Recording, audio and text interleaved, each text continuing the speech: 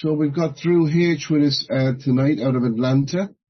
Drew is going to do a presentation on how AA got into correction facilities. Is that how I pronounce it? Or say that? So we're going to have a quick version, a short version of the set-aside prayer. If you'd like to unmute yourself, please do. And we will do that together if you want to join in. So using God as you do, don't understand God. Please help me to set aside God, please help me everything that I think I know. With an open mind For a new understanding. New understanding. Amen. Amen. And we're also going to say this version of the serenity statement. Thank you. So it's, may I seek the serenity to accept the things I cannot change. Courage to change things I can. And the wisdom to know the difference. And the wisdom to know the difference. And we're going to be thinking of the alcoholics who have yet to find a solution and are still suffering from alcoholic torture, that we've all experienced to some degree. And we're also thinking of our family members.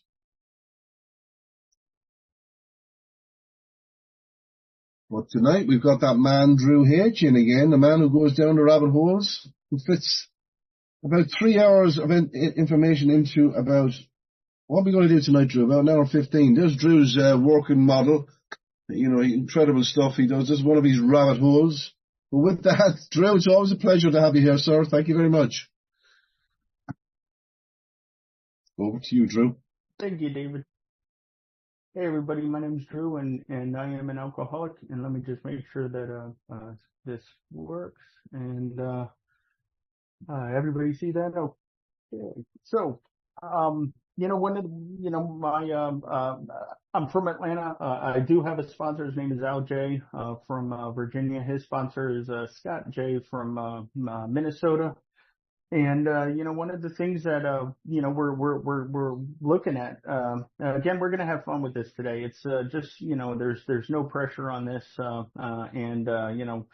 again, this is a story of basically, more will be revealed, obviously, but how AA made its way into correctional facilities. Now, when I first started doing this, I thought, where is a good place to start, to really kind of, lead off with this thing? And, it was the first time we did this was around, the General Service Conference. So, we got the manual and, what it read in the 2024 conference report from the corrections desk on page 173. Those things are like 350 pages now, but it was this, and this was one of the reports. Now I'm going to, basically cherry pick it, but this paragraph says some amazing stuff. Corrections assignment is responsible for AA members and local committees to carry the message to alcoholics confined in a variety of correctional settings.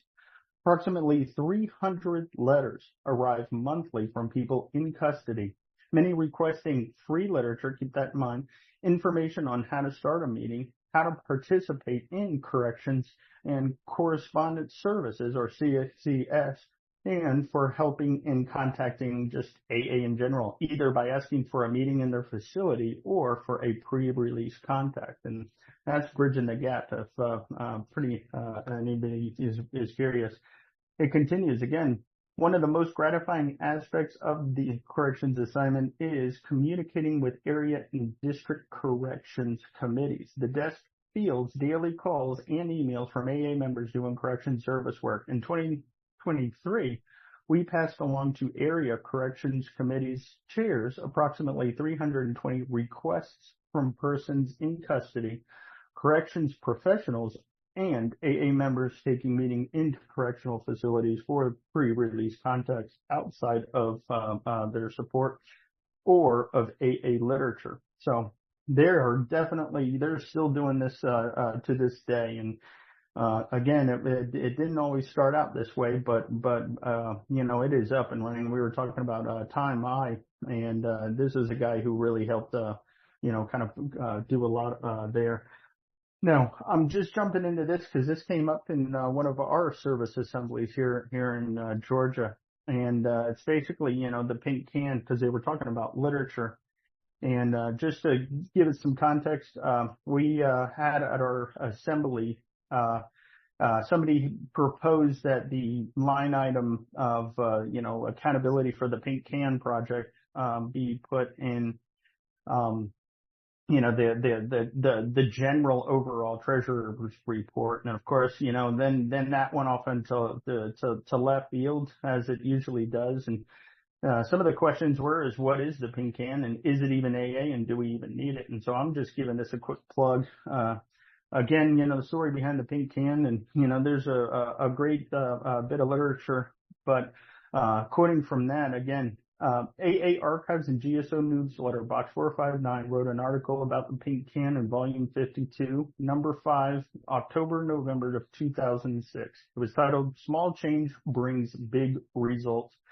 The article states that before there was any corrections committee, what we are all aware of, within our service structure as today, originally it was known as Hospitals and Institutions, or H&I for short.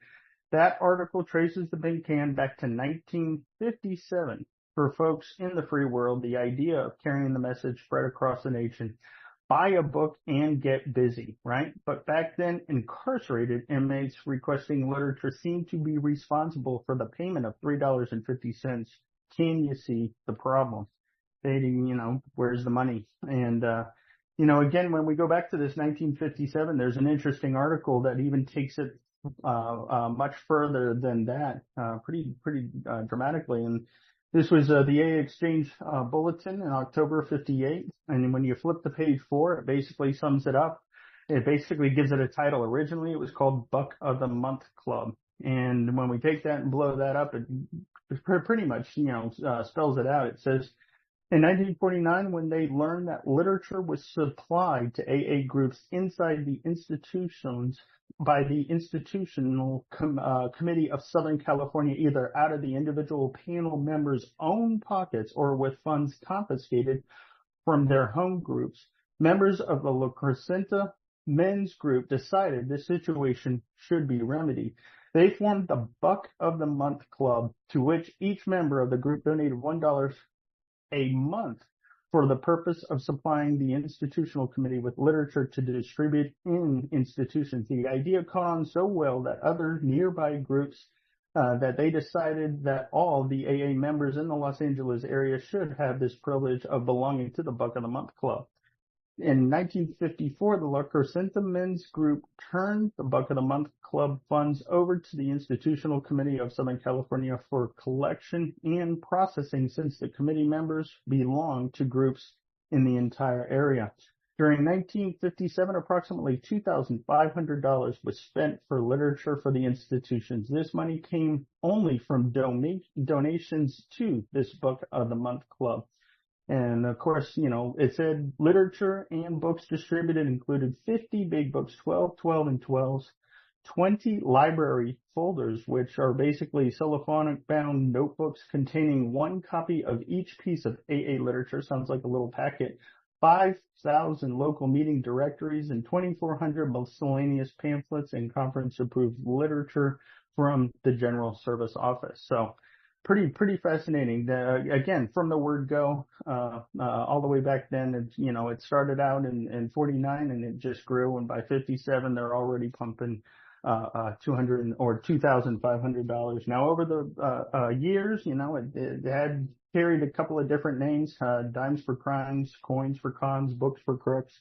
But again, today it is, the Pink Can project, and, it does a lot of good here in Atlanta. So, we kind of, showed this, for at our assembly, just to give it some context. It is a valuable tool and it does a lot of good. Now, when we look at kind of how things really kind of took into place, first off, this is a Grapevine, June 1951, and it basically outlines a lot of the services. And what's really is the title. We got a new concept for services. So at the 1951 very first General Service Conference, each committee kind of had booths, and the booths were basically as such, listed as mail-in inquiries about AA. The conference itself, Loner Members at Sea, featured a Loners International, the Secretary's Handbook, the first version of the group pamphlet, pretty much. recordings and translations, grapevine, international groups, public information, and of course, institutions and medical fields. So when we take that part, there's what we were talking about. We blow it up. It really kind of, it's interesting, at least in this public forum, that's what it was, titled was institutional and medical fields, and eventually H&I. So, and of course, the caption, there are now 102 hospital groups, and 62 prison groups. Again, this 1951, and also on that board are, described as a few hundreds, a couple of a few hundred invitations to speak, to groups, which extended to the general, headquarters secretaries, throughout the year. So pretty interesting that they have that. Now, again, where does all this, kind of begin? This whole H&I or correctional Alcoholics Anonymous, and for that we almost have to go back to the beginning. And literally, May 1935, this is when Bill Wilson meets Dr. Bob in Akron for the first time, while on a business trip for, of course, this proxy fight from the National Rubber Machinery Company. And he's in Akron, and he's got about 5 months sobriety now. The business trip doesn't go as well as Bill had hoped for. In fact, it slowly seemed to fall apart, deteriorating more and more as time passed. In fact, it actually, towards the end, just kind of went into a nosedive. Now, Bill is, again, left in financial straits. So you can imagine when you read his story, and especially in Pass It On, he's kind of, he's thinking, what am I going to do for a living? How am I going to support Lois? How am I going to pay for my hotel bill? And of course, the hotel was the Mayflower Hotel. This was where he was staying. Now, in his story, he talks about, kind of frantically, pacing the hotel lobby, describing that on one side there was an attractive bar with a gay crowd inside, and of course, this was their own archives in Summit County. But if you look at the board on one side, of course, is the Parisian Bar, and there's another sign that I'd like to, point out, and that is the coffee shop. And actually, the coffee shop is located right next to the phone. So Bill's facing this lobby thinking, on one side, there's, the attractive bar, and of course, on the other side, what is he supposed to do? Of course, look for another alcoholic to work, to work with. And so, the thinking was, and he describes it, go into the Parisian cocktail bar, have a couple of innocent glasses of ginger ale, whatever that means, and, and feel some vicarious action, or pick up the phone, reach out and touch someone. So he had those two choices. And of course, we know what choice he went with. Picked up the phone. Long story short, he called Reverend Walter Tunks, and it was through Reverend Tunks he got in touch with Henrietta Cyberlin, where he said, I'm a rum hound from New York, part of the Axel group, and need a drunk to talk to. And of course, this was shortly after this Pray for Manna from Heaven, and she knew exactly who to contact, got in touch with Ann Smith, and of course, Dr. Bob. And the two basically set up a date on Mother's Day, May 12, 1935. Now, again, Dr. Bob was in a bad way, hefty hangover, but, he, on the way there, he said, I'm just going to give this guy, 15 minutes. But Bill basically, brought him exactly, what, was, basically answered all the questions that Dr. Bob, had about drinking. In fact, Dr. Bob describes it as, this man talked my language. And, so that was about about a 6-hour talk. Now, in the forward to the second edition, it basically says from there, this is where they went. It says, hence the two men set to work almost frantically upon alcoholics arriving at the ward of Akron City Hospital. Their very first case, a desperate one, recovered immediately and became AA number 3. So, there's a couple of people before that, but really we're just going to focus on AA number 3. His name was William Ira Dotson. They called him Bill Dotson. Now, Bill and Bob, so basically Dr. Bob calls down at his stomping ground, Akron City Hospital, gets in touch with the admissions nurse, says, is there somebody that's there with a drinking problem? And of course, we kind of know the story. She says, yes, there is. This gentleman just struck a nurse the night before. And, basically Dr. Bob says, marvelous, Me and a guy from New York may have a cure for alcoholism. We will be right down. Can you take them from, please put them in a private room. And of course, that whole, ball started rolling. And that's an interesting, photograph of the ward inside, Akron City Hospital. There were 4 open wards, described. 2 were female, 2 were male. And of course, that's just, gives you an idea. And, they put Bill Dotson in that private room. Now, give you an idea, right? AA number 3, Bill D, was a lawyer. In fact, his wife, Henrietta D, one who said to her husband while he was in detox in that private room that there are 2 ex-alcoholic men there to see him, and they may have a cure for his drinking. Now, what's interesting is this actually could be the first step in relation to hopeless alcoholics and the judicial system. I'll explain it.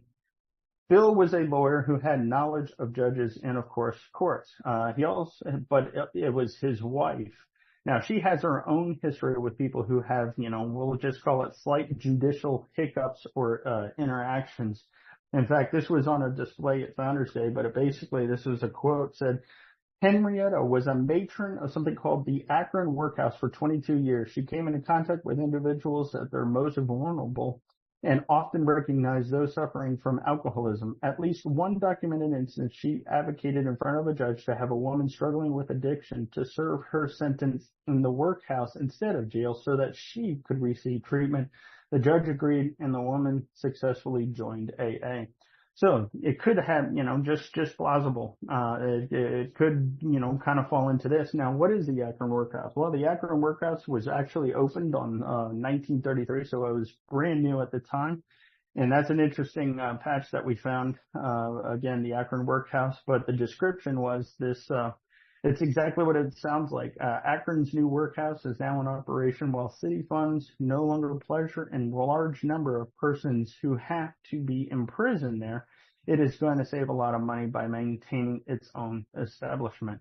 And so it's kind of like, it's not run by the facility, but they basically do their own things. It's almost like work release, but it's not really release.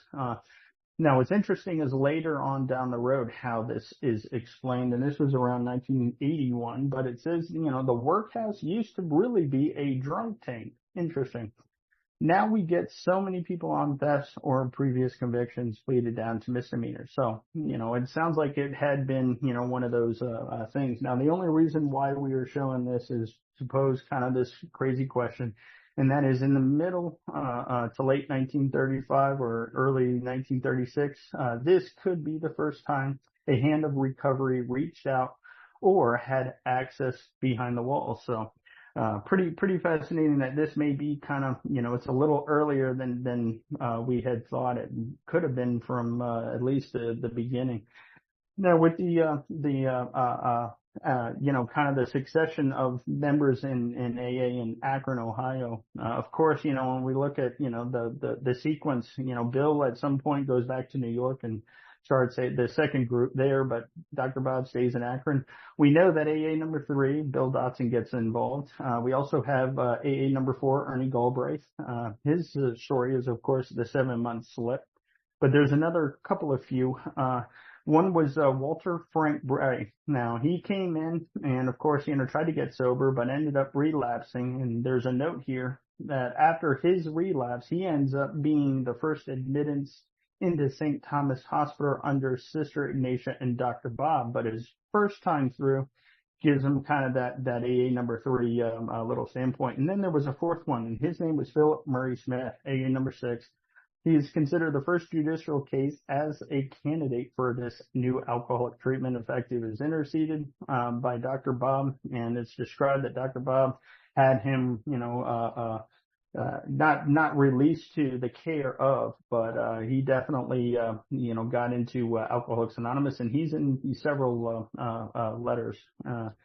Now, again, as AA spreads. Again, we're going into the 40s here. Now, as it spreads, there is strong evidence that after the Big Book was being published, there were small contingents, possibly even as early as 1939 into 1940, that a few small but growing groups in metropolitan cities around the country were making their own way into local jails and, of course, these city lockups. In fact, there's a great document called AA Behind the Walls, and it pretty much, busts this thinking. It's like, which one was the first? Well, it's almost impossible. It just, the documentation is,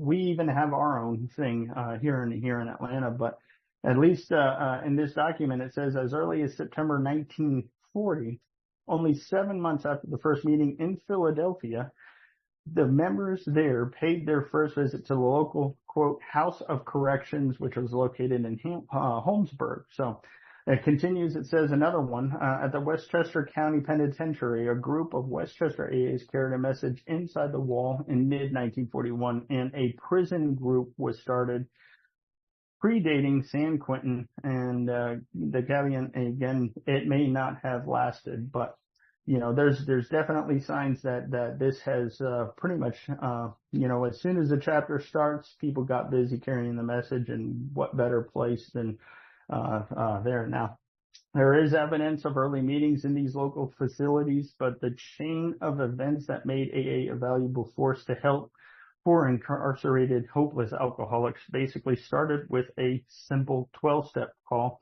and that took place in San Quentin. Now, considered, again, this facility, considered the first registered AA group inside a correctional facility. Now, remember this picture, especially that guy right there.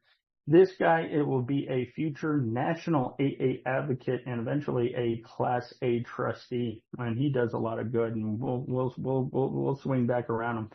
But again, where does this story start? Well, obviously San Francisco. Of course, it's the West Coast. Now, how does AA actually get there? Well, the first plug for AA in San Francisco, and there's what's interesting is that non-alcoholic psychiatrist Percy P. Pollock, a big book contributor back in New York in late 1938, made the first ripples of AA that eventually reached the shore in San Francisco.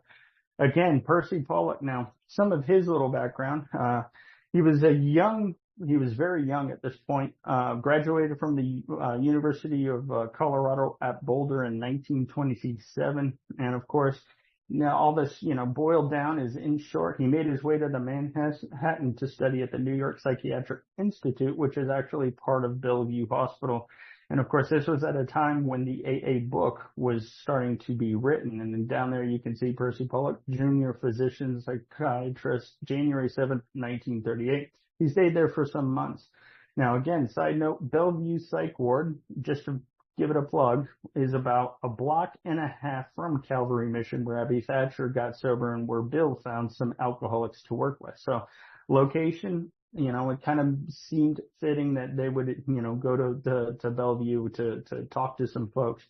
Now, again, it suggested, and this is just, the thing, it suggested that his big book impact is actually found on page 49, where it says, many doctors and psychiatrists agree. One of these men, staff member at a world-renowned hospital, recently made this statement, and so on and so forth. If you came to our facility, we would turn you away. Your cases are basically, hopeless. Now, that he's given kind of the credit to that. And there's another gentleman that also has some interesting recent accolades, and he was Dr. Leslie Benjamin Homan from Johns Hopkins University. Around the same time that Bill and Fitz Mayo brought the manuscript down there, they talked to Dr. Esther Loring Richards and, of course, Leslie Homan, and kind of said the same thing. So it's interesting, again, that those two interactions. But again, he gets credit. Now, when he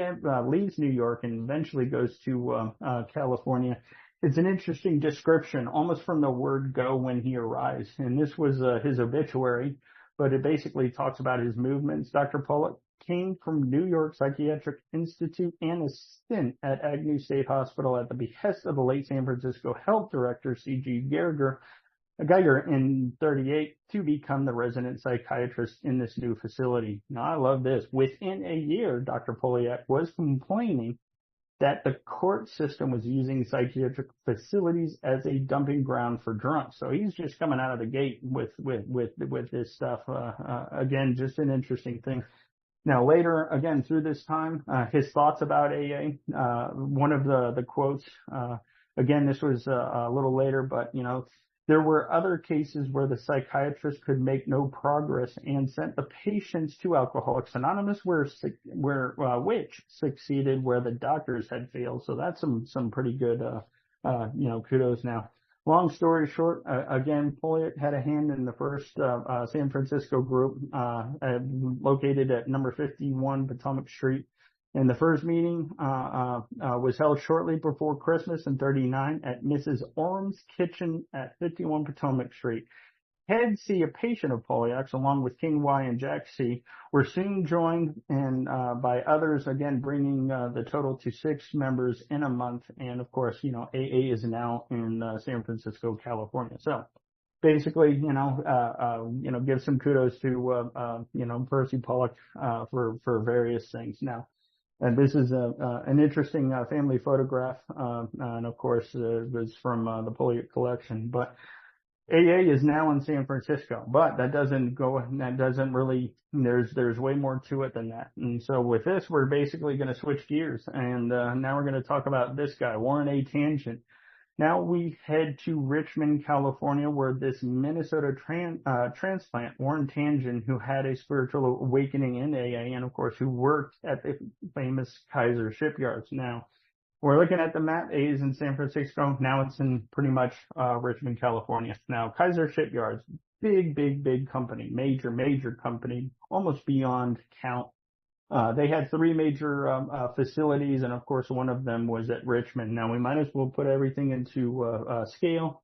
There's San Quentin right here. Now, unknown if that bridge was there back in this time frame, but it was either a short little drive across the bridge or a ferry ride, but they are definitely within sight of each other. Now, this is very summed up. Warren Tangent found his way into the rooms of Alcoholics Anonymous, carrying the message surfaced. And of course, he was, even, came to, this thought of an avenue to pursue, especially in order to keep it, you got to give it away. Now he ended up approaching, his company, Kaiser, who employs tens of thousands, with the news that alcoholism is an illness and it can be treated by one who has already done the work and has, as part of their own recovery, they in turn work with the next new alcoholic and eventually, joins Alcoholics Anonymous. And of course, Kaiser Shipyard lights up and it's pretty much a go. And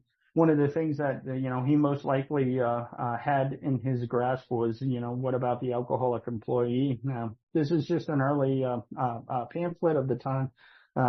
In short, it's the chapter 2, employers, but again, this was Warren Tangent approaching, the Kaiser Shipyards. Now, Kaiser Shipyards are enormous.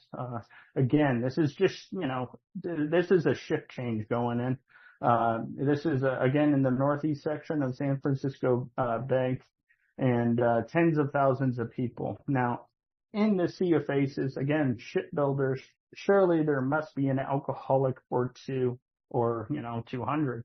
Again, it's just an interesting thing. Now, just to give it some perspective, again, this was exiting late 41 into 42, result of Pearl Harbor. Kaiser Shipyard employees worked around the clock for the military shipbuilding effort. Now, what's interesting is, just to give it some scale, there's another thing that Kaiser is famous for, and of course, when you look at some of the sea of faces, you can definitely, you might be able to point out some of the alcoholics, but there's a couple of folks that you can easily point out, and something that had to do with history overall. And you can't really, blow that up. That's still kind of grainy, but in short, it is home of Rosie the Riveter. So it started here in around this time in Kaiser Shipyards, and eventually spread to all facilities and the motto, around the country. So that's just some nerdism, rabbit hole number 1 probably. But when we look at the, context of things, around the same time of that, Jack Alexander, Spring 41 article went to what is described as a readership of 3 million subscribers. including all throughout California, especially Los Angeles and San Francisco Bay Area. And of course, that was March 1st, 1941. And it's described that membership shot up from 2,000 to about 8,000. Now, again, first major boost about the work of AA and hope for the hopeless that spread around the country.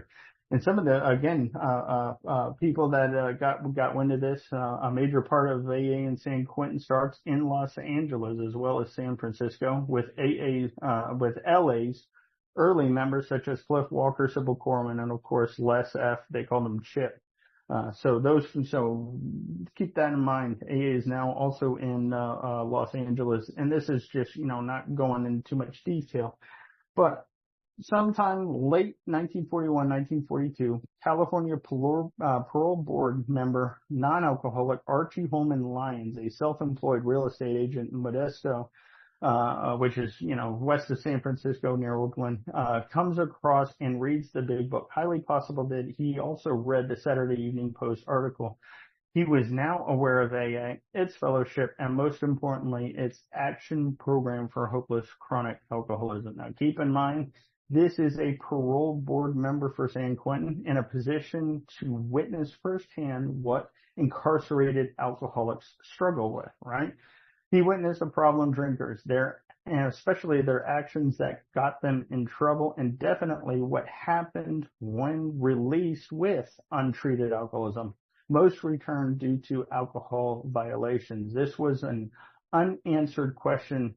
Why can't they leave it alone? Again, this hopelessness and the unstoppable cycle. When he reads the big book, again, it kind of was just, maybe that was it. Brings us into 1942, and of course, all the pieces begin to come together. The big note here, he also places a big book in the prison library. When we look at early photographs of San Quentin prison, you can kind of see this is, one angle, and it's doesn't really give it a lot of justice. The nice houses are, of course, the warden's quarters and the front gate. But when you look at the full plan, it is a monster. You can see again, we were just looking at that one section over there with the administration building, but you can see all on, it's a big operation. Even the staff and the guards are, housed on site. Again, this is just to give it some scale. Now, it all really comes to this gentleman, non-alcoholic warden by a man by the name of Clinton Truman Duffy. Warden since 1940 at a time when conditions were very harsh, not just here, but everywhere. Years of violent prison unrest, jailbreaks, and scandal had led to the ouster of his predecessor and, of course, the entire prison board. So he was basically coming in at this time, and he was supposed to, bring the big change, total overhaul, right? Long story short, Duffy was open to new ideas of this entire system. He literally grew up there. His dad was captain of the guard, eventually realized that things needed to change. In short, attention to the problem and humanity, not the abusive punishment, right? The human aspect of being human. Now, and again, another early member from Los Angeles, Chip, Les F., whose job had him traveling to San Francisco, between San Francisco and Los Angeles, literally on a regular basis, very active member who went to meetings in both places, one day was given a letter from the LA group secretary about an inmate in San Quentin who had read about AA and asked what he had to do. Again, that was from San Francisco and Los Angeles archives. Letter of the guy's name was Harry. So Les made his way to San Quentin to visit this individual who asked for help, described as Harry. Now, of course, while there, Les talked with a guard. And again, pretty hypothetical. Who are you here to see? He's like, I don't know. Some guy who's a drunkard, and is like, well, do you know him? Nope, don't know him at all. But I may be able to help him. Long story short, the visitation guard got less in touch with the captain of the guard, a non-alcoholic by the name of Captain Joseph Henry Fletcher. Now, hearing Left describe AA, he immediately brought in Warden Clinton Duffy, and the three had about a 30-brief-minute conversation, and pretty much was literally, what is AA? And of course, that ball started rolling. Now, Warden Duffy, who had first contact with AA member Les, needless to say, he was a little skeptical and especially apprehensive, and commenting about the situation, drunks in charge of drunks. That's what you guys do. And the claims that AA works, he is quoted literally as saying, that AA in here is like trying to give swimming lessons to a man on a dry, sandy beach with no water. So again, not very, swinging in our favor, from the word go. But Warden Quentin Duffy got Les in touch with Archie Lyons, the guy who had the book earlier. Together, it's described that they talked for a couple of hours about how AA works, this spiritual solution, the psychic change, and one alcoholic talking with another. And this aspect, the unique shared experience and connection. In short, that one alcoholic could affect another alcoholic as no non-alcoholic could. Now, keep in mind, it was Archie who placed an AA Big Book in the prison library at its earliest, probably following the Jack Alexander article. Now, we're just going to introduce it. Inmate Harry got the ball rolling with Left S on this 12-step kind of call, but it was another inmate who was an alcoholic who found the book in the library, read it, realized his problem was alcoholism. He discovered why he loses all control once he starts to drink liquor. Again, parole violation. And his name was Richard Polk Maestas. He had a couple of aliases, Ricardo M., Ricardo Maestas, and my favorite, Doc Mason. That's a great one. But it's described that he was a clerk in the prison library where he came across the Big Book of Alcoholics Anonymous. He checked it out and read it. Now, again, Ricardo, past salesman, would drink and forge checks. He served times, was granted parole, but after conditioned freedom, which is basically do not drink or, anything, he gave into the first drink, and of course, short time, he was picked up, liquor violation. So, back in. Some of his DOC paperwork even mentions, and I love this, it says liquor excess and habits of life intemperance. Now, you could go either way with that. It's either excessive intemperance or, liquor is in excess and his habit of life is just drinking all the time of intemperance. Now, after reading the entire book, he got to this page in the very back, how to contact P.O. Box 657 Church Street Annex in New York. Again, wanted info to start a chapter, and he also more books. The letter was stamped, received May 4th, 1942. Now, with this, we take a little, dance over here, and of course, there's a letter, a response from our Second National AA Secretary Bobby B, dated May 15th of 1942 to Ricardo or Rickard LM LR, and of course, it states the following. Now, this is a transcript from a book by Gary N., who's did incredible work on Bobby Berger, The Untold Story of AA's Fantastic Communicator. So you can find this letter on page 50, but basically it's thank you for your letter of May 4th regarding the work of Alcoholics Anonymous in accordance with your request. We are enclosing a leaflet describing how the book Alcoholics Anonymous may be secured. I trust you will find it helpful. We as alcoholics have all basically the same broad experience. Then, after breaking down and relating our problems to other AA members, we found that we were closely bound together in so many ways. We have found a solution to our problems in AA, and know you can help also if you are really sincere in your desire to recover from alcoholism. Your own experience having evidently proven to you that the resolutions and your understanding of the matter in question will not keep you sober. In order to bring happiness to yourself and to those close to you, you must first overcome the alcoholic problem, or else you will never be able to have anything. Therefore, we trust the enclosed literature will give you a further insight into the AA program and what it has to be done, or what it has done for us. And of course, chances are, again, this time frame, probably one or two of these, if not both. The how to order pamphlet that came out. This was just an early printing. It basically describes what is Alcoholics Anonymous book. Down at the bottom is, again, just send a check or money order for $3.50. And of course, what's also interesting is, it basically has a money back guarantee. It says, if after a 7-day examination, you do not believe this volume will be helpful, return to us and your $3.50 plus the misery, will be returned. It doesn't say misery, but it should. The other thing is, again, more so than not, this one of these pamphlets. This was the AA pamphlet. And it's basically the stories of Larry Jewell and Houston Press. But there are several versions.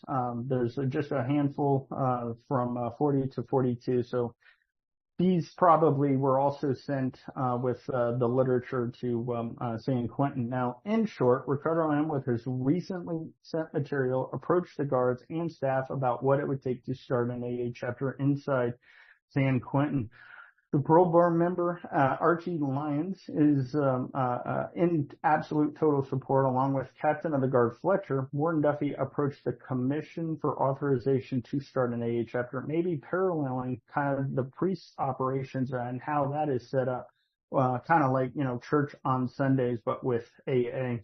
Now, even shorter, Warden Duffy liked what he heard, realizing that everything that he has tried before failed. Wow, that's just amazing.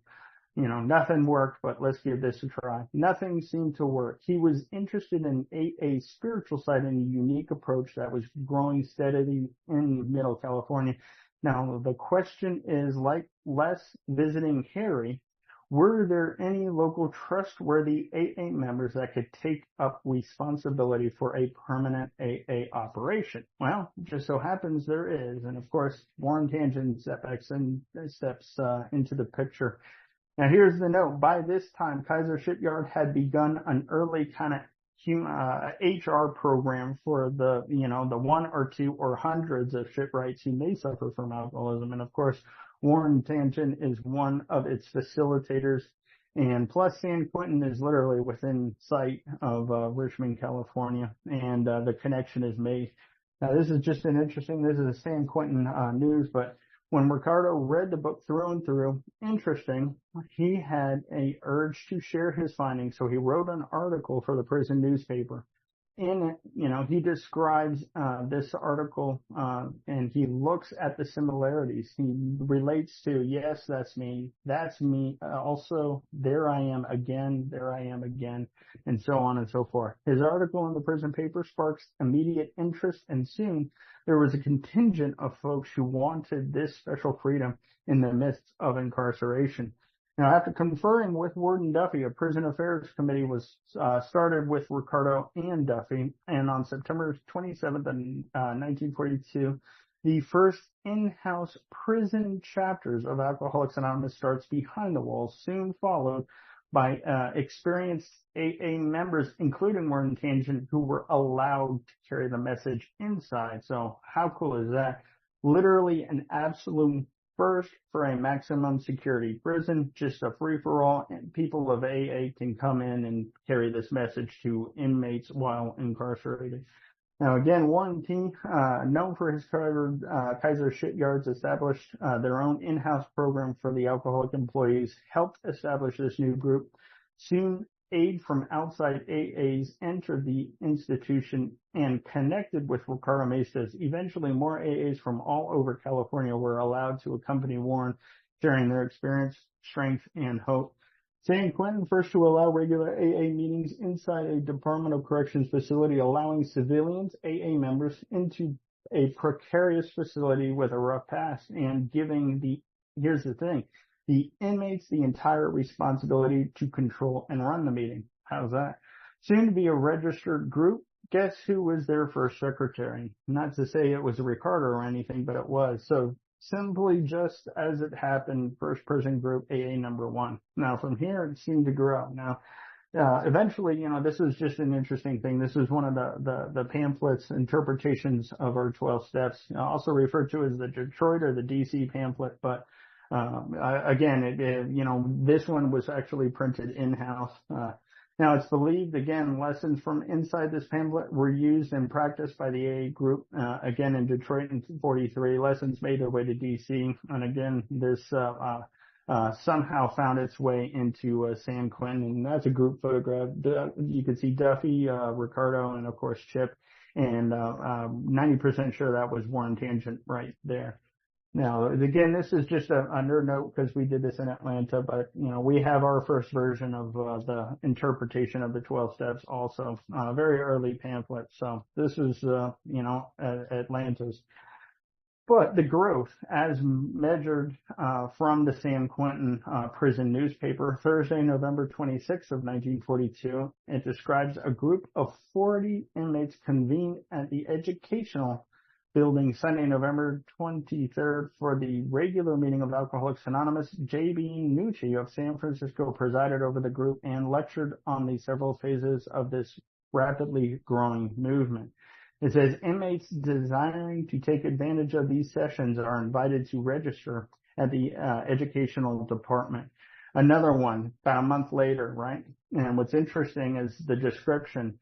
Members of the San Francisco and Oakland groups of Alcoholics Anonymous met at San Quentin Sunday, December 20th to plan regular bi-weekly meetings. Now, and what does that mean? Is it either twice in a week or is it once every 2 weeks? Whatever it is, it seems to be working. And of course, we know where this was taking place, and it was the educational building. Now, when we look at, an early map of the place, again, in short, it grew extremely successful. Many inmates joined the fellowship. By June 3rd of 1943. San Quentin News reports 100 new members joined the meeting in Building 3 of the Educational Department. And when we look at the map and we take that and blow that up, that's pretty much it, Building number 3. Now, when we go back to the photograph of San Quentin, that's pretty much it right there. That was where the first chapters of Alcoholics Anonymous really got up running and grew, and a lot of amazing things. Now, also in this 1943 time frame, Bill and Lois actually headed out west for a tour of the U.S. AA groups pretty much on the West Coast. In fact, there's a letter that describes he wrote to a friend that shows their itinerary. Basically, it says, in a general way, we hope to leave here early in October, stop in a day or two at Denver. Lois and I have never had a vacation together since AA started. This is 1943. Well, we may detour for a few days through the Yellowstone or, of course, at our own expense, then to San Francisco and south to you. Besides, I want to set aside a week or two to visit my mother. She lives in San Diego and I haven't seen her for a long time. And of course, that was a letter to Los Angeles. So that was his traveling around. Just a nerd note, by this time, his mother is in San Diego. And that's an interesting photograph. You can see Lois, Bill, his mother, Dr. Emily, and of course, Jimmy B there. Now, between, again, Denver and San Diego, Bill stopped in San Francisco. And, of course, November 43, Bill's first visit to the Bay Area, described as Mr. Bill tells how it works. But while he was also there, it describes that he, stopped by the San Quentin, and this was dated November 28th. Now, pretty much everybody's in this photograph. You can see, again, it's kind of grainy. We're looking for an original. But standing is, of course, Clinton Warden Duffy. Seated is Bill, and then back there is, of course, Ricardo Maestas. And if you look at the sign on the back, what's really fascinating is, of course, that's the kind of the calling for the San Quentin chapter. And it's just an interesting. Now, San Quentin will in time eventually report 80% rate of coming back in down to about 20%, and that's described in AA Comes of Age of page 90. And one of the things is when Bill was there, the group presented Bill with this scroll of appreciation for the new freedom they now have despite being locked up. And when you blow it up again in detail, it says appreciation for founding the Fellowship of Alcoholics Anonymous. We, the men of San Quentin, present the scroll to our friend Bill Wilson. Now, I love what it says there. It says, who came back from the brink of eternal smash to bring to all who grope along dim trails a clear-cut map to the high road of reason and understanding and sincere fellowship. Ricardo Mesas, San Quentin, AA, November 28, 1943. And it also hit the papers. In fact, Mr. Bill again spoke to about 300 odd attentive inmates. Basically, founder Nationwide Alcoholics Anonymous came to St. Quentin last Sunday as a guest of honor of the local AA group and outlined the organization's history to the 300 odd attentive inmates, prison officials, and outside guests crowding the educational department. Among some of the speakers were Walter A. Gordon and Archie Lyons, members of the parole boards and terms. Of course, the secretary, Ricardo Mesas, and founder of that local group, and also David G. Robertson, personnel director of the Bay Area Shipyard. So, again, that's interesting that, Kaiser Shipyard's, director of personnel was a part of this too. Again, thanks to Warren Tangent. And basically, later meeting, San Quentin, AA banner above, welcome.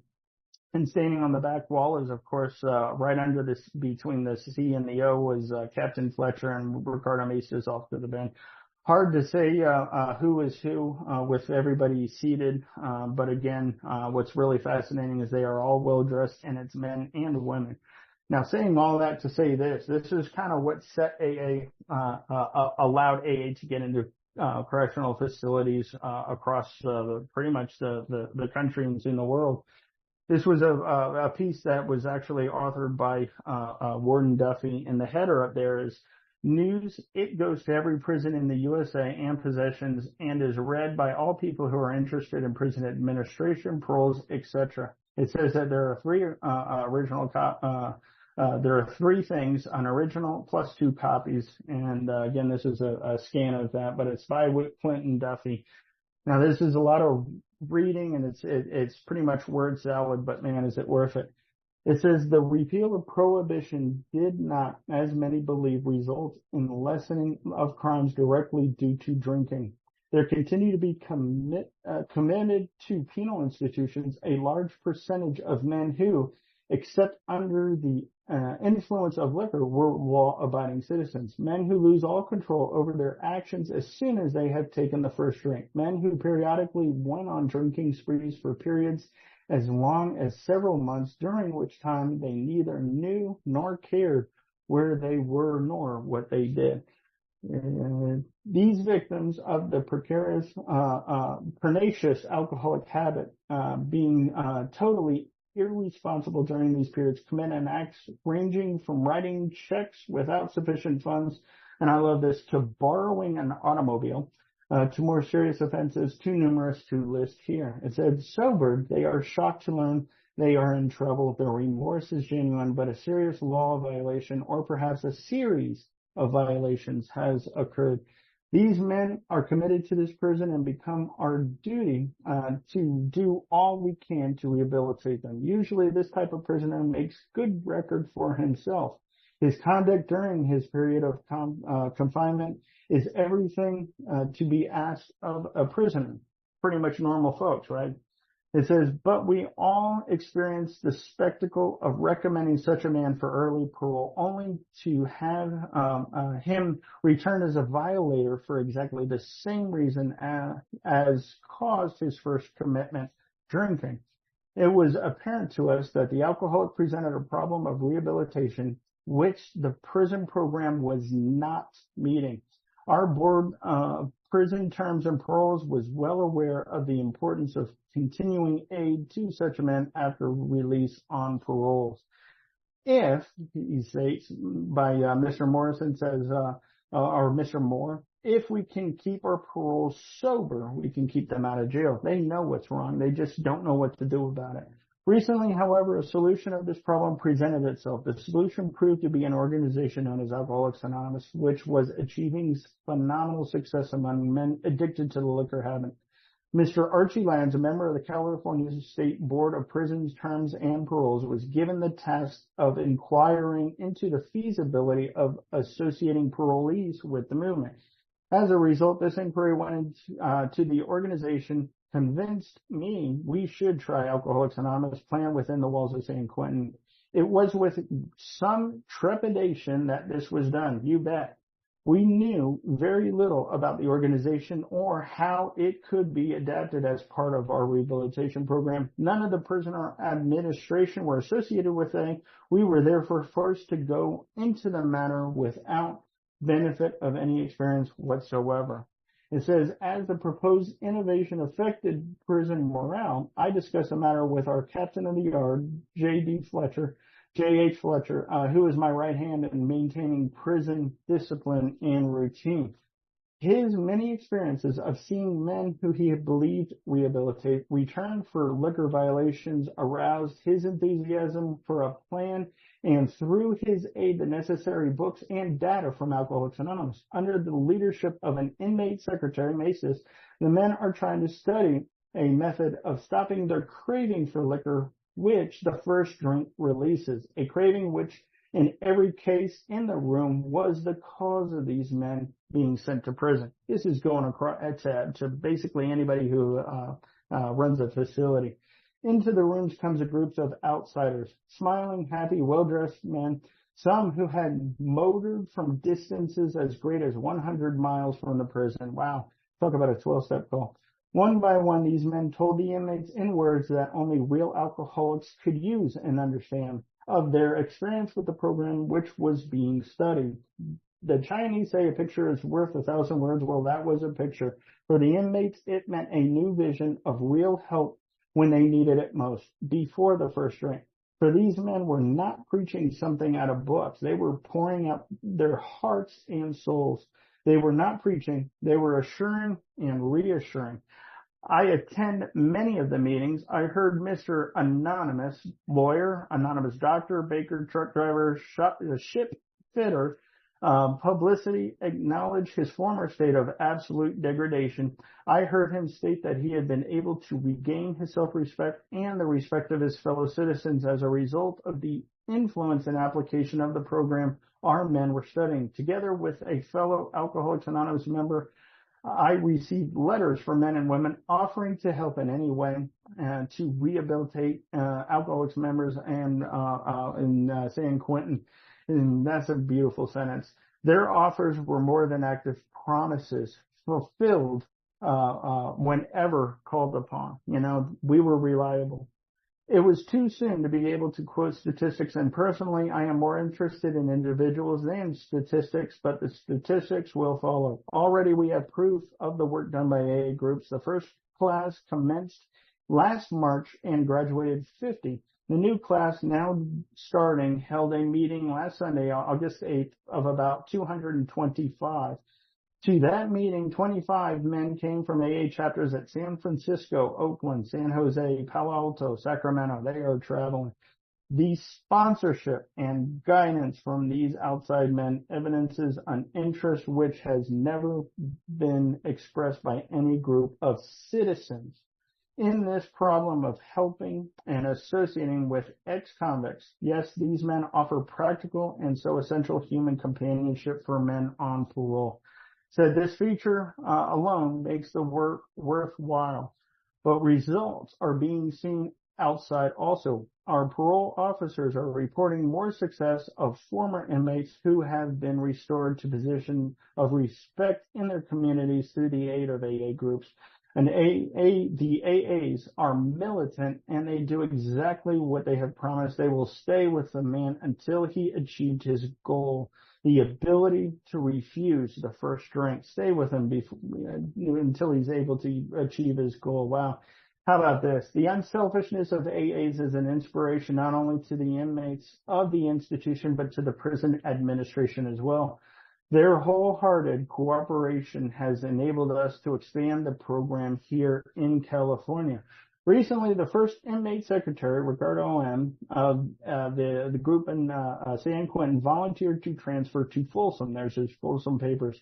To organize an Alcoholics Anonymous group there. It is contemplated that similar groups will be started at the California Institution for Men at Chino, California, and in near future, we here in California believe we have found the solution to one phase of our problem of rehabilitation. So again, it talks about, AA is now in San Quentin, Folsom, and coming soon to a theater near Chino, of course, west of Los Angeles. And no wonder they needed, literature. The numbers speak for themselves. So yeah, the PinCam project was pretty much off and running. Now again, more ripples hitting the shore in January. In 1943, Warren Tangent, who had helped Warren Duffy start AA in San Quentin, was also in touch with Clarence Doc Hinckley, founder of the first Portland, Oregon AA group. In fact, Doc Hinckley came down to San Francisco to meet Warren Duffy and, returning to Oregon, had met with Warden George Alexander of the Oregon Penitentiary of Salt. The outcome was the founding of an AA group, and of course there's the warden right there. Working as an inmate office clerk for Warden Alexander at the time was Owen L., considered a two-time loser, who immediately became active in the AA group. More ripples. Description here: members of the Portland chapter of Alcoholics Anonymous met here yesterday with a chapter at its state prison. The two groups, consisting of 75 members, said that the methods of overcoming drinking are to admit that you're an alcoholic, the desire to do something about it, and then to recognize there is a greater power than you. From there, Owen's release in 44, he founded AA in Salt Lake City, Utah. 2 years later, Owen, together with Mark C. and Deb P., met with Warden John Harris at the Utah State Prison, and of course, it is up and running there. Going back to Chip, July 44, Les came to Walla Walla from Seattle with, again, endorsement of the governor there, with the expressed the sole purpose of starting an AA group, which he did. Early inmate members of the pioneer group there in Walla Walla were Earl C., Oliver L., Earl H., George L., Roy H., and of course Barney B. And among the early outside sponsors were Howard J. and Roger S. And that's just a 1956 photograph of the meeting in Walla Walla. So now for something just a little closer to home, this is Georgia's first steps. And of course, when we look at the federal prison in Atlanta, we're talking about Warden Joseph W. Sanford. And this was one of the first letters that we have. This is from Bobby Berger to the warden. Now, we don't have the exact first one, but this pretty much says it up. Again, to November 25th of 44. Dear Warden Sanford, thank you so much for your letter of November 20th, telling us about the newly formed group in Atlanta, Georgia Penitentiary. We now have several successful prison groups, namely in San Quentin, Folsom, Chino, and Salem, Oregon. The first three are in California and the latter in Oregon. We are watching these groups closely, and over a 2-year period find that many members who receive instruction in prison make good citizens on their release. I personally correspond with several and hear of others through the groups with whom they affiliate after parole. How cool is that? I wonder if that's kind of the first thing of bridging the gap right there. But continues, it says, we are happy to list this new group, the New Life Group, and we'll send you AA bulletins and data from this office as it comes out as soon as an inmate secretary is elected to act for the group. Signed, Margaret Bobby Berger. And of course, this was the reply. And in short, they basically found a secretary and gave him the address. This was another one. That was January 15th, 45. This is February 11th. And of course, it's from a group here in Georgia, the First Clubhouse at the 57.5 Broad Street. Basically, our group at the federal penitentiary is getting along fine. Bert Flynn and I were out there this morning, and the boys have made splendid progress. Since my first visit there some months ago, Bill Morgan and Mac McMillan and I were the first of AA in Atlanta to go out and help the group get started, and we were justly proud of our handiwork. And of course, it goes on, but the secretary of the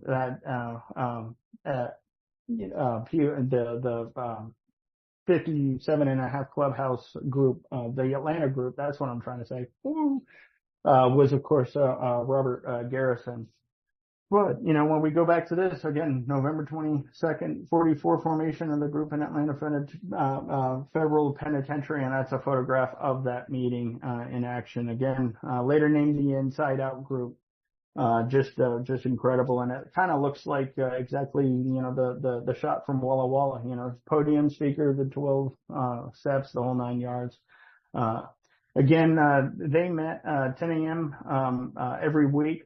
Every other Sunday, they have an AA speaker come in from local AA groups within the community. They interact with the 57.5 Club and outside sober members, correspond with local members as well as AAers in the penitentiaries across the country. And of course, they don't allow outside AA publications, Grapevine or AA Bulletin, but they do print their own in-house magazine, and it became known as the Pink Elephant. So that's why there's a giant elephant on the front of it. They're either talking about the elephant in the room, or once you find out the title, the Pink Elephant, it makes sense. But again, this was their in-house. Now, first interaction with AA in correctional facilities in 1942 with San Quentin. By fall of 44 into 45, Georgia's first steps with AA in the facilities. Now, what does it look nationwide about 2 years later? For that, we go to the list of AA groups. Basically, all the information of registered. And of course, when we look at the back cover and we blow that up, as of August 1st of 47, membership had about 48,000. Groups were 1,650. These include 22 hospitals, 29 prisons, 5 in U.S. possessions, and 13 in other countries. So in 6 years, it went from 1 to 29. How cool is that? On Friday, July 14th of 1950, interesting caption. Again, greetings from the first International Conference of Alcoholics Anonymous. And when you flip it at the bottom right side, it basically says something pretty interesting. It says, Warden Duffy to appear on radio program. And of course, underline, also during the week of the 16th, Warden Duffy will plane to New York. It's not New York, it's actually Cleveland, to speak before the first National Conference on Alcoholics Anonymous organization. His theme will be alcoholics and prison. So that's an interesting thing. And of course, Cleveland, Ohio, July 28th, 1950.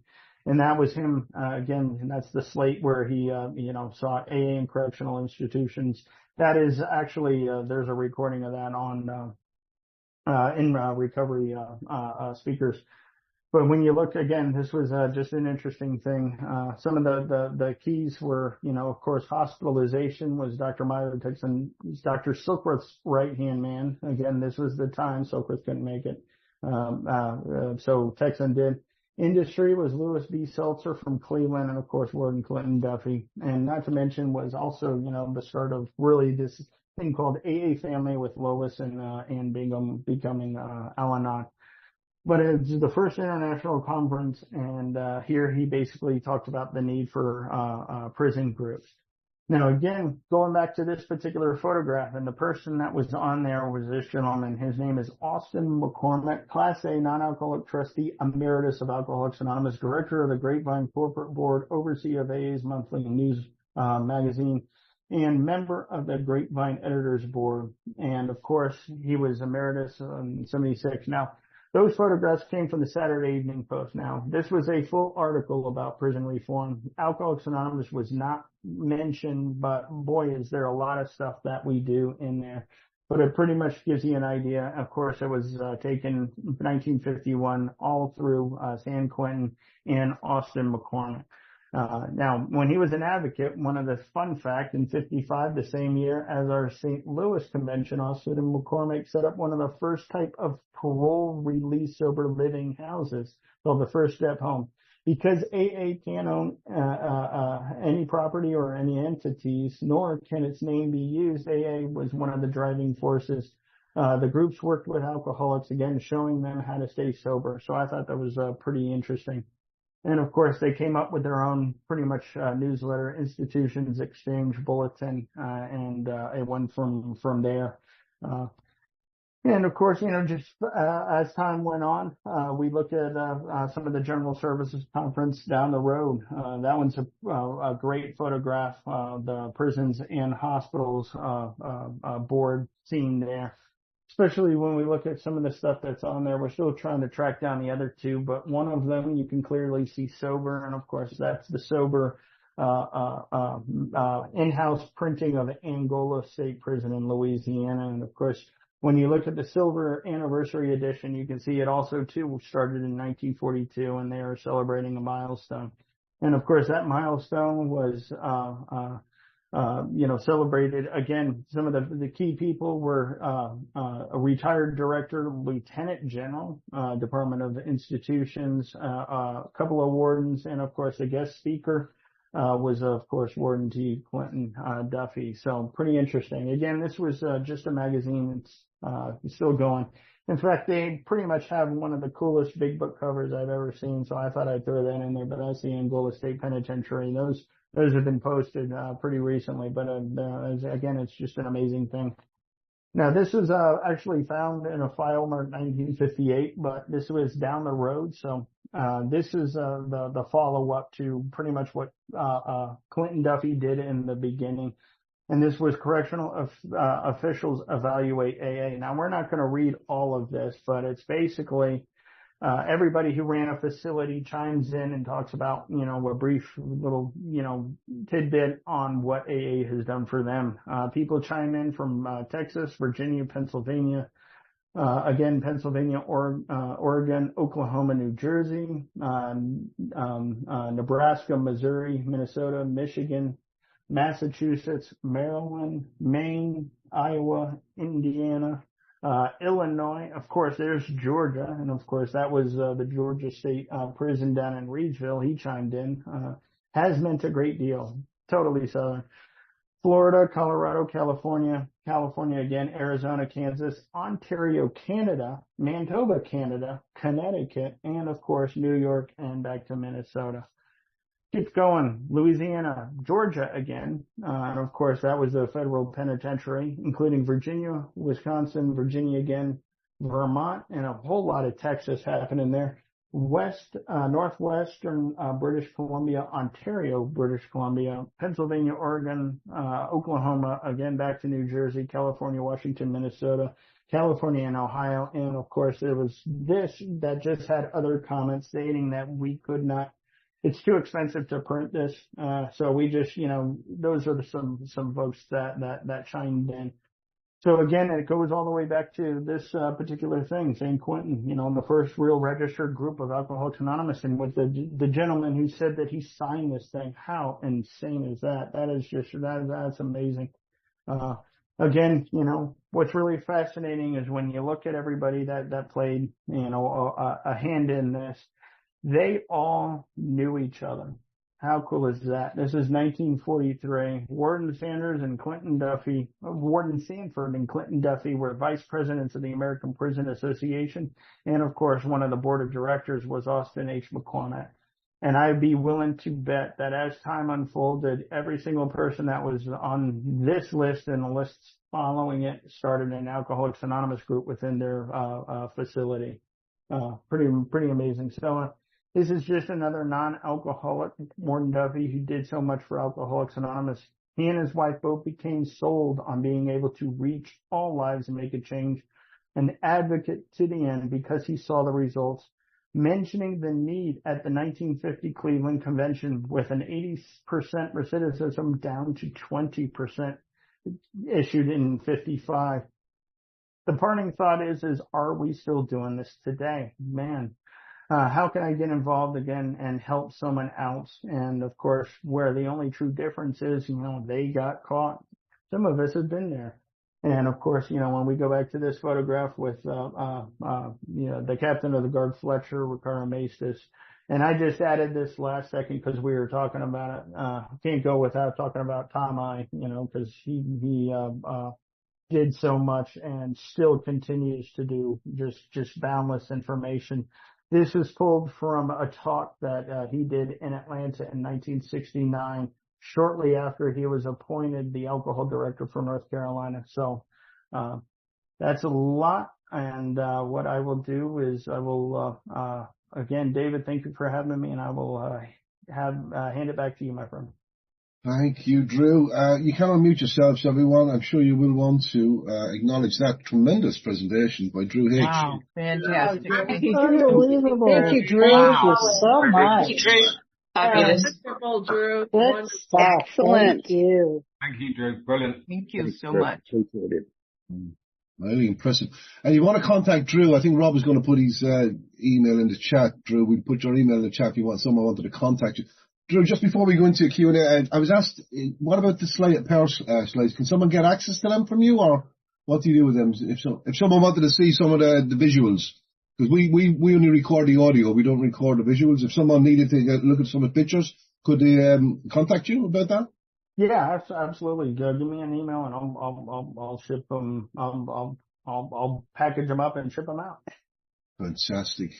We just want to mention some meetings before, and then we'll go to Drew. We'll have a Q&A. I want to go back to you were there 1 second ago, and you just skipped out on my screen. Ken, I think he's now. Ken is the man who was signed. There you are, Ken. He jumped up the list. But we'll go to you shortly, Ken, because Ken signed, as Drew said, he signed the flyer, the poster about San Quentin. Yeah, we'll go to you shortly about that. But Rob, do you want to just mention these meetings maybe tomorrow ones? I think I have the flyer for Bill Schaberg's one. Rob, will we start with that? Bill Schaberg is on Sunday at 11:30, writing the big book. Then you've got Drew's meeting tomorrow. Go on, sorry.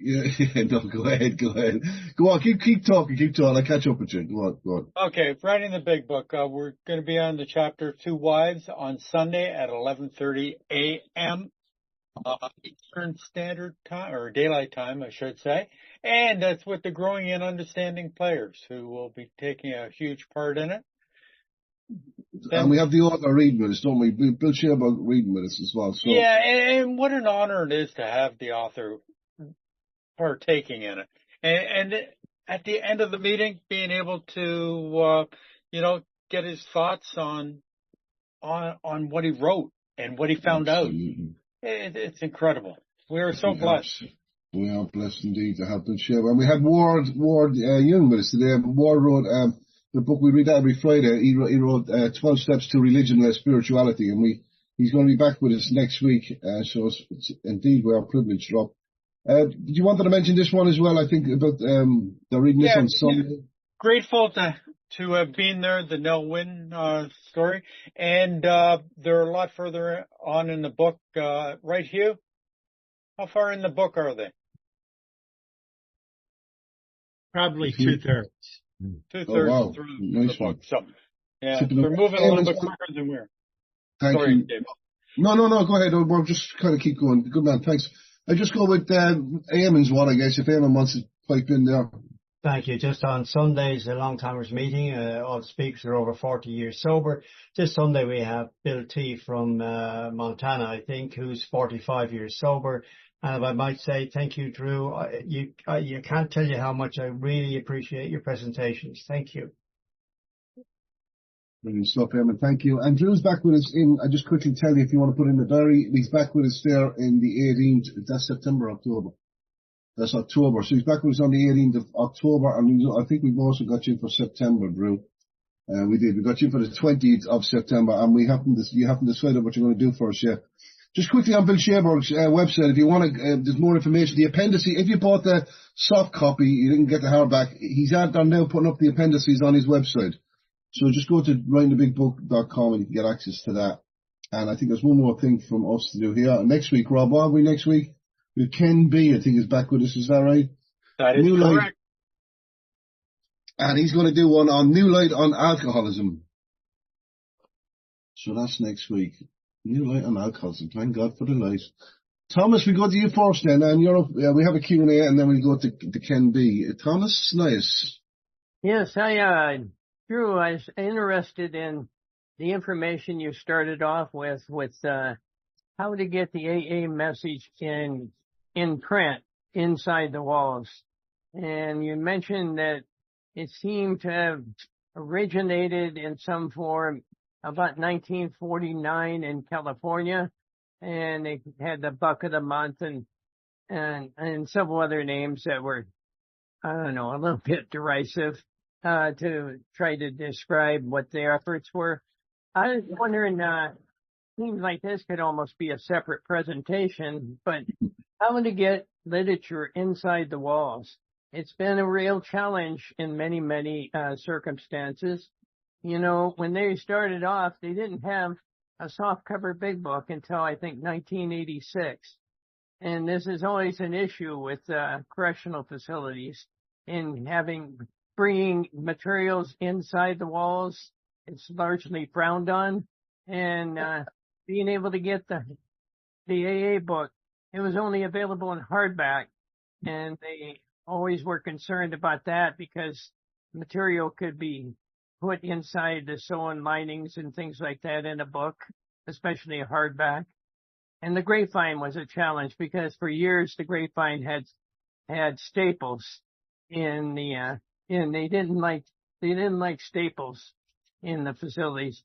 So I was just wondering, how would they, and the other thing is being unable to bring personally inside the walls material, they set up criteria where it had to be direct shipped from a supplier.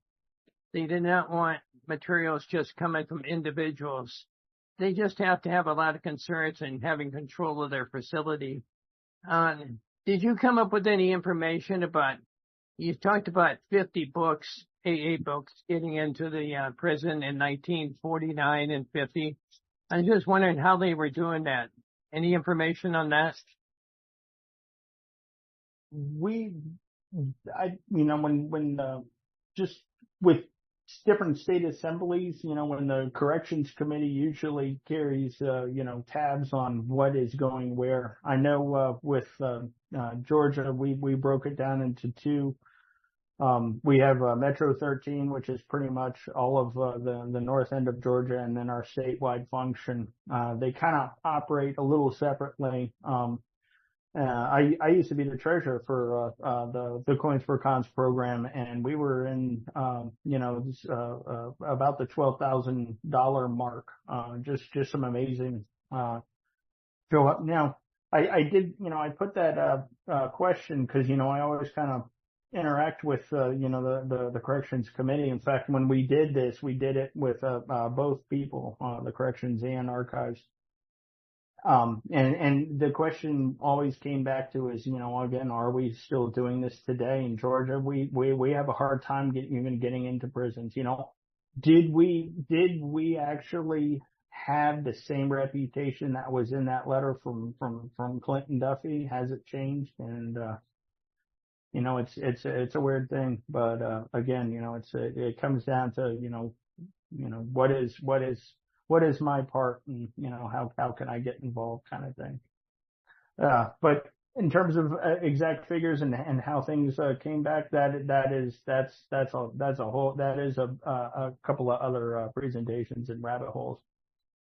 Thanks, man. Thanks, Thomas. We're going to go to Ken B. I just put up a picture of Ken. Ken, this is a picture of Ken with the actual. Is that a photograph? Is that what we call it? Or a painting? It's a photograph. Yeah, and I was telling everybody it's in the right hand, and obviously I'm pointing to the left-hand side of it, so it was my mistake, and my memory really, it'll tell you a little bit about where what I'm remembering today. So Ken, if I may, I know we got this from you earlier on the pre-recording, but on the pre-meeting, you're pointing at your name, so people put the name on this. When was that? Could you just tell us when exactly was that? That was in 2007-ish, I believe. And it was in order for Tom, he mentioned Tom I, and he started a corrections conference in North Carolina on a yearly basis. And so we wanted to be represented at the conference. And so we put that banner together. And I don't remember who drew it, but we have some phenomenal artists there. And so I got to sign it along with all these other guys, as you see. And some of them are still in the program, some of them are doing good, and other ones have kind of faded off. But it was a long time ago for me too. So to say the least.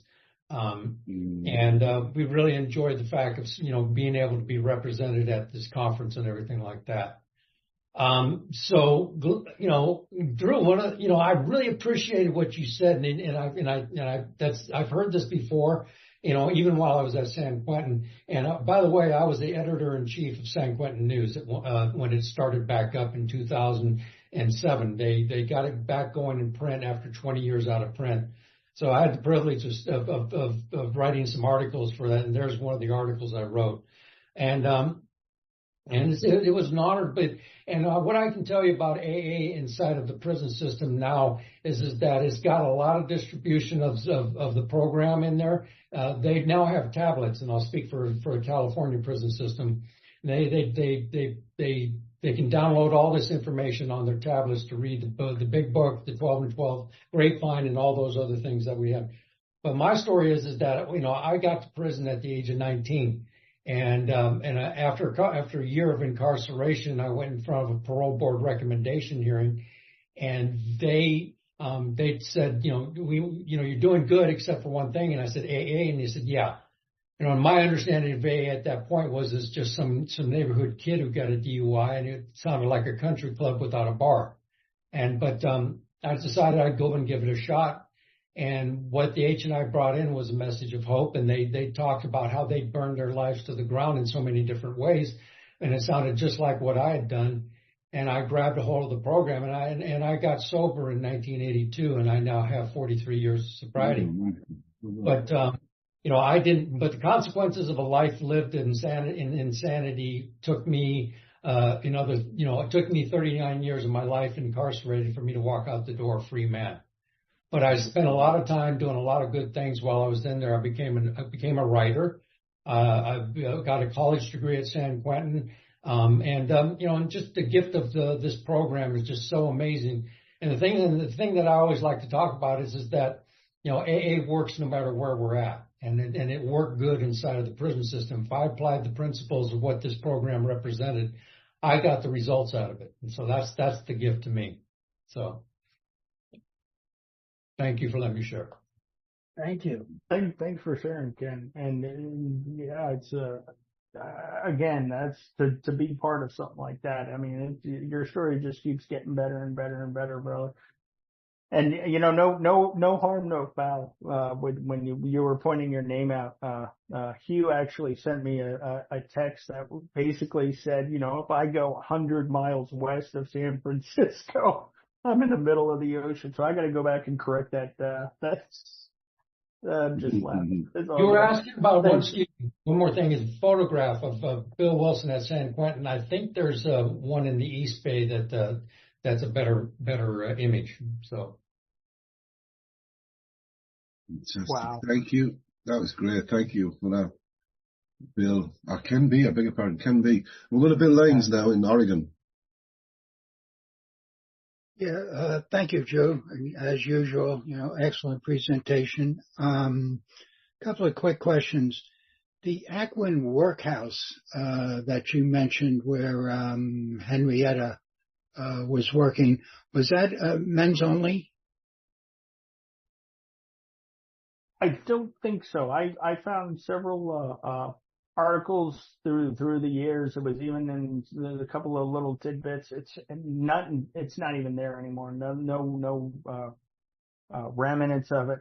But in some of those articles, it sounds like it was co-ed. Whether it was one or the other, and Mick, just kind of separated different, one left side, right side kind of thing.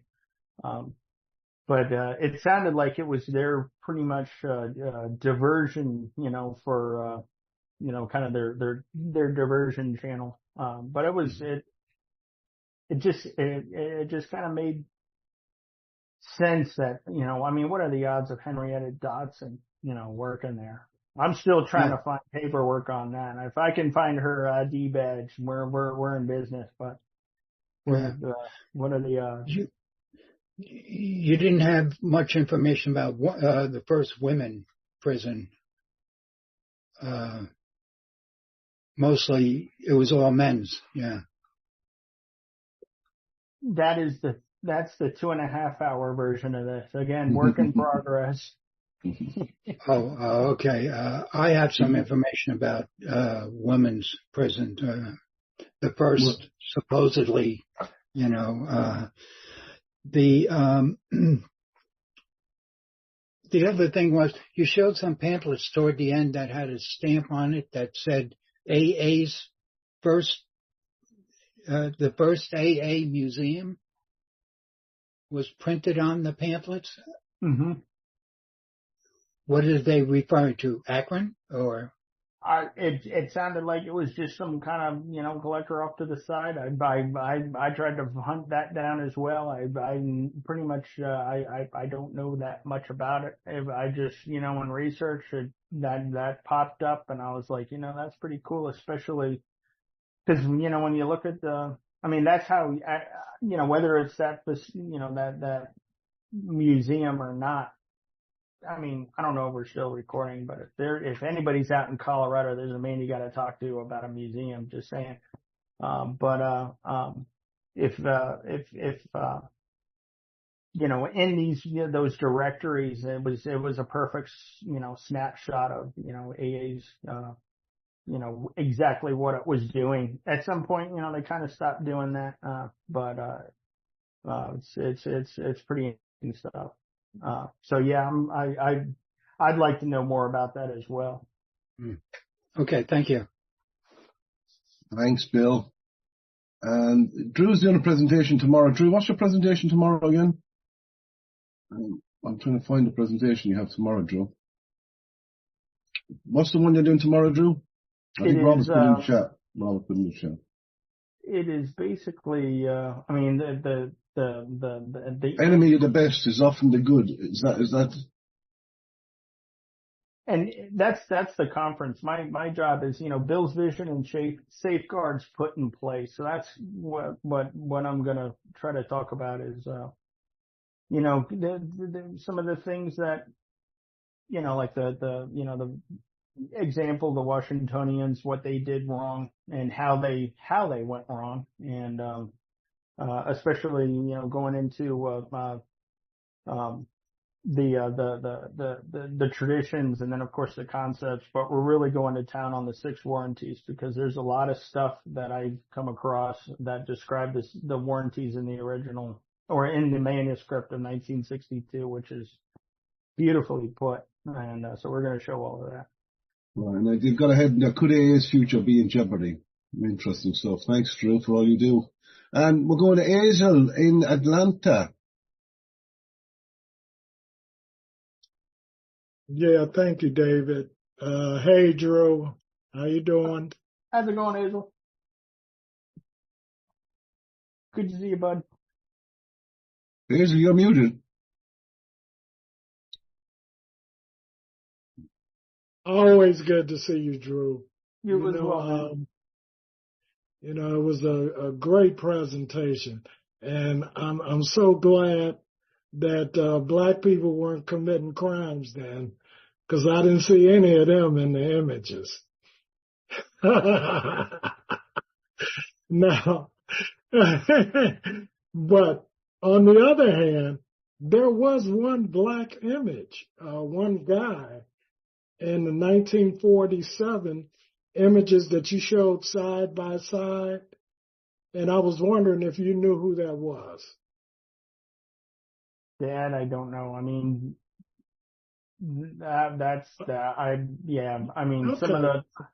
Some of that stuff is, with some photographs you can actually go down, and that's a whole nother presentation, forensic photography. You can facial recognition, match thing, and it's, match people and try to identify, at least give a ballpark. But yeah, there's no way. Yeah, and the other thing, the corrections committee here in Georgia was doing a fabulous job up until the pandemic. And then, of course, they were on lockdown after that, and they couldn't go in to any of the systems here.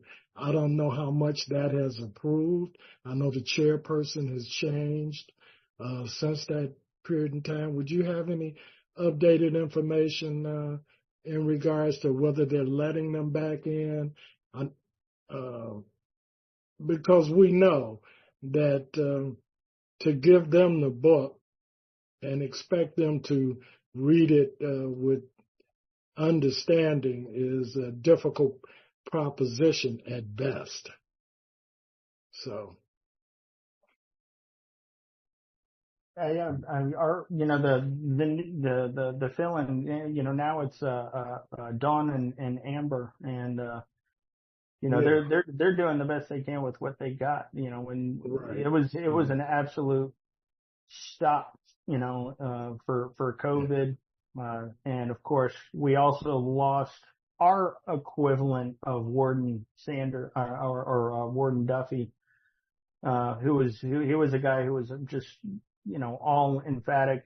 He was in charge of all the penitentiaries. He gave people the ID badges when you took the class in order to get in there. And this guy was just mass producing. AA was all over the place. He passed away as well.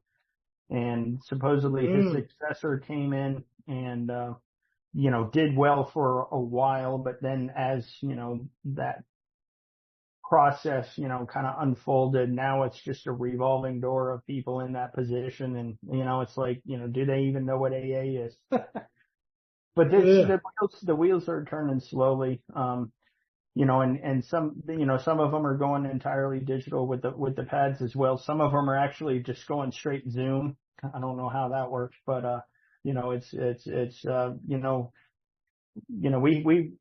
interesting.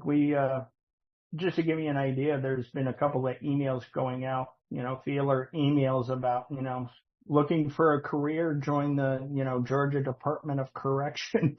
So I think they're short staffed to sum up most of it. And, True. But things are, slowly coming back to normal. When I was at the last chili cook-off that the corrections committee had, and they had numerous people from who had been paroled, who were working on the outside, and gave some beautiful testimonials about the committee in Georgia and how helpful they were to them before they were released. So, thanks. And if you want to contact Drew, you can send him an email if anyone will have any information, want to get more detailed stuff. So now we'll go from Atlanta, I think, down to Florida. I think, Paul, you're in Florida, aren't you? Paul B. Nice to see you, Paul. Good afternoon, everybody. My name's Paul. I'm an alcoholic, and I'm in Massachusetts right now. Massachusetts. But anyhow, a short story about me and the corrections committee going into the institutions. About 15 years ago, when I finished up my 12-step work with my sponsor, he suggested that I go to the local jail, which was in Naples, Florida. And so I went and I did a couple of the orientations, and it took me like 4 times to get into the jail. It was very, very hard. And about the 4th time I come home, I was very discouraged. And my wife said, Paul, you are really something. You're trying to get in jail, and the people in jail are trying to get out. But I finally got in there, and what a great job of 12-step work, carrying the message to people that are incarcerated. And somebody said it today in our meeting tonight, the only difference between me and some of the other people in jail was they get caught. I didn't get caught doing a lot of the things I did, but I found out it's very rewarding going in there. And the best part about going into jail is leaving. When they give you your driver's license back and your personal information. And I always felt, really inspired doing that. And then going to the local meetings in the area. And some days, some people will come up and say, "Hey, I heard you in the jail, and you really helped me out." What a payback that is when somebody does that. That makes it so worthwhile, doing 12-step work on that. So anyhow, I want to thank David for the opportunity to hear Drew tonight. And what a great presentation. Fabulous. Thank you very much. Thank you, Paul. And we're going to Tom is in Port Reyes Station, I believe. Is that right, Paul? Tom? Is that right? Point Reyes Station, right. West Marin County, California. Same county as San Quentin. Yeah. Thank you, David, for your for the meeting, and Drew, thank you so much for that presentation. I actually have 2 questions that I want to throw at you for anything you can give back on it. The first one is, I didn't pick up anything about federal prisons in there. And I'm wondering, it seemed that most of what I heard was about state prisons. So I'm curious if you could say something about federal prisons and specifically also military, the brigs and stockades, and how that has worked, if you have any information about that. My second question has to do, I actually teach chaplains, and I'm curious about the relationship of chaplains into AA in prison. So those are two separate questions. Thanks, Drew, and thank you so much for your presentation. Yeah. Thanks, Tom. I'll try to, I think there were three in there. I'll try to tackle them. Atlanta was a federal pen. Atlanta was a full tilt federal pen. It started in 44. The ball rolling and all of that. There's a letter again in correspondence, more will be revealed. They said that the Atlanta was number 5. That's absolutely impossible. There's just too many to count. But it was a federal pen. In terms of, military, this is the joke I know, when they asked the Navy how many alcoholics they had, they said, well, we don't have any, So it may have taken a little bit of time with that, but eventually I think everybody got on board. And Drew, I'll just add that about 30 years ago, for about 5 years took meetings out to the brig on Treasure Island, Coast Guard, Marines, and Navy. So we did get in there as a part of an H&I program in San Francisco. So that's awesome. That's awesome. When it came through again, that would be a detailed, 2.5 hour, version of this. And, again, and Bill with his input, maybe a coordinated, effort to really kind of map this thing out. Cause it's, anybody can go into a hospital. I mean, Sister Ignatia and Dr. Bob did it, it just kind of went from there. But, with the system, I was just blown away, when I found that document that they were all on the National, Association of Prisons. It's changed its name a couple of times. But way back then, I mean, everybody who, had a facility, most of the people that were in that 58, letter about, what AA has done for their facility. Pretty much all of those folks are on that list of active members. So they all knew each other, and they talked. It wasn't a matter of us approaching them. They just they all knew each other. So it's pretty fascinating. And with the chaplain, I think at least in Georgia, I know a lot of facilities are kind of upset because when at least in Georgia, if there's a chaplain or such, that's almost an established position. In fact, in short, they almost have an office pretty much on site or one of those things. And, the AAs, I can think of a handful of people that are absolutely 100% reliable. And, that kind of in that letter, when they say they're going to do it, they do it. And, some of the interaction going all the way back to the international convention when, my friend was the chair for that. And, they just kind of, they saw us as, kind of yes, but, are they going to be there when we open up the gate? And they would open up and, open the door for, them to come in, and there'd be nobody there, and they'd shut the door and no meeting tonight, fellas, that kind of thing. I don't know where I'm going with this, but you know what I mean? It's, it's a thing. I'll just add, Drew, that my own experience is that there have been issues of denominational exclusive, being exclusive denominationally and that kind of thing. And California only has, I believe, 4, maybe someone else can correct me, but I think there are 4 recognized religions, where chaplains are actually hired. They do have chaplains from other programs. I see Ken shaking his head, so go ahead, Ken.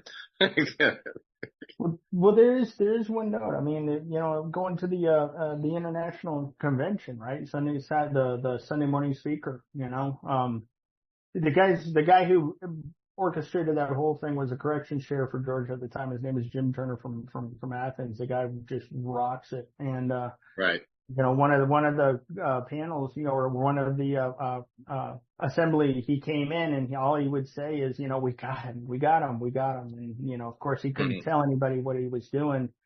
Long story short, they actually got an active person from the facility, put him in a van with all the bells and whistles and drove him to the conference. And, he told his story, and that was his share. And the amount of manpower that actually took place is they had to pretty much cordon off an entire section of the Georgia Dome just for this one guy. And there were probably about 150, people in a position of guards and, just stuff like that for this to happen. But it's, the miracles still do happen. Yeah. Thank you. Yeah. Okay. Thank you, Tom. And Ken, you jump back in, Ken? Yeah, I don't want to, excuse me for double dipping, but first of all, the religious issue, there is real diverse as far as the pet chaplains and stuff like that. The diversity is very broad now compared to what it used to be about 20 years ago. There's been lawsuits and stuff like that have been settled.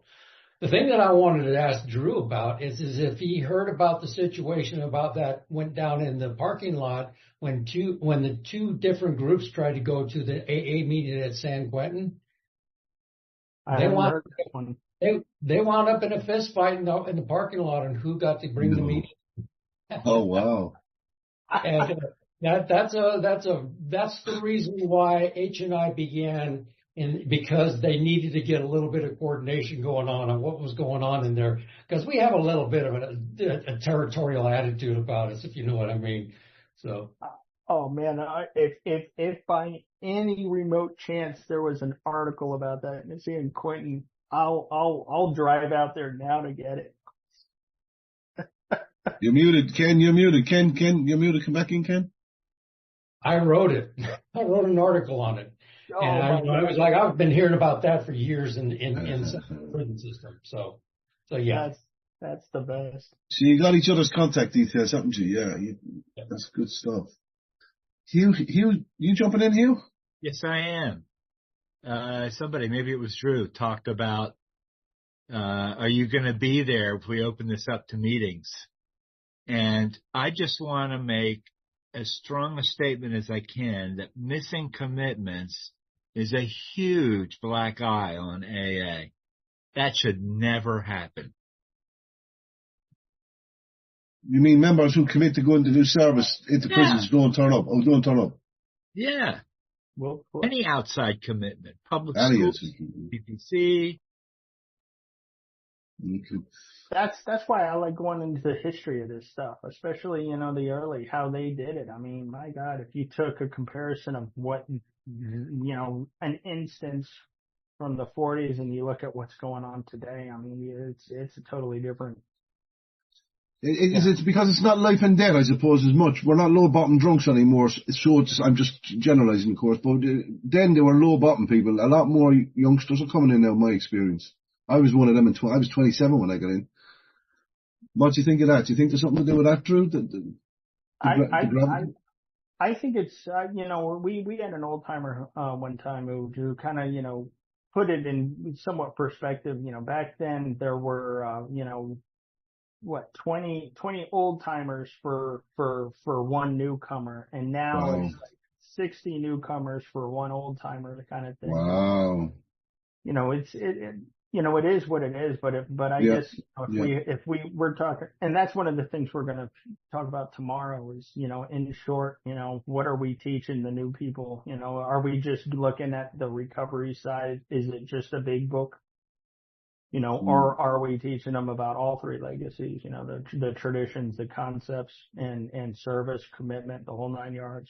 So thank you. That was beautiful, man. Thank you for that. That's tomorrow with Drew H. Hugh, good stuff. We might just call Drew. We'll come back to you in 1 second to Oh, that one's taking in a minute or so. Just to close for us, Jim Worley's doing something, Rob, tomorrow. Is that right? I try and stick on course for you, Rob. Yes, Jim Worley is doing something on Sunday at 8 p.m. Eastern time. He's doing Why We Study AA History. Should be a fascinating study. Always is with Jim Worley. It's still Friday, right? Still okay. Friday, yeah, it's still Friday. I thought still Friday. Also, we want to just mention what's called Drew's one. We want to mention this for Drew. Rob was telling me about this meeting. This is the big. What's that, Rob? You were saying that is a big book study, and Drew has been gratefully facilitating this, and we never know what rabbit hole we go down. Somebody mentioned something, and we can go off onto some tangent. So come on out. It starts at 9 a.m. Eastern time on Sunday morning. So if you can make it, come on out. It's a lot of fun. Brilliant. And Drew's agreed to come and do 2 more for us before the end of the year. He's going to do one off the top of my head. I have to look it up here, but my hair is, I think I have it here. I think I put it up here. He's going to do it in September and October. September is the 20th and October is the 18th. So we got through for that. We're closing this section in a minute. Sorry, Drew, go ahead.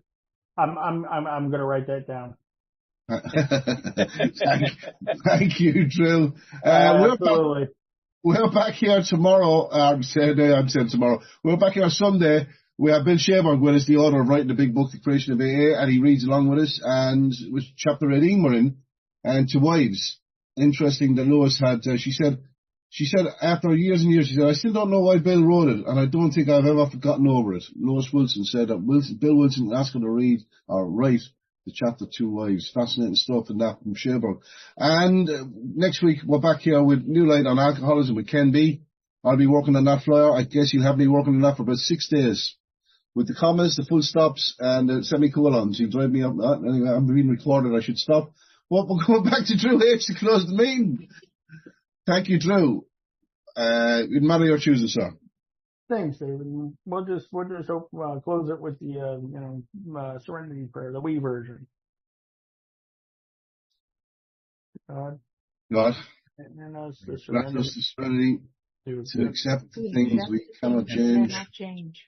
Courage to change things we can. And the wisdom to know the difference. Know the difference. Thank you, everyone, for your participation. Thank you. Thank you, Drew. Thank you again, David. It's indeed a pleasure. I'm going to stop that recording because I like that now. We have that in the bag.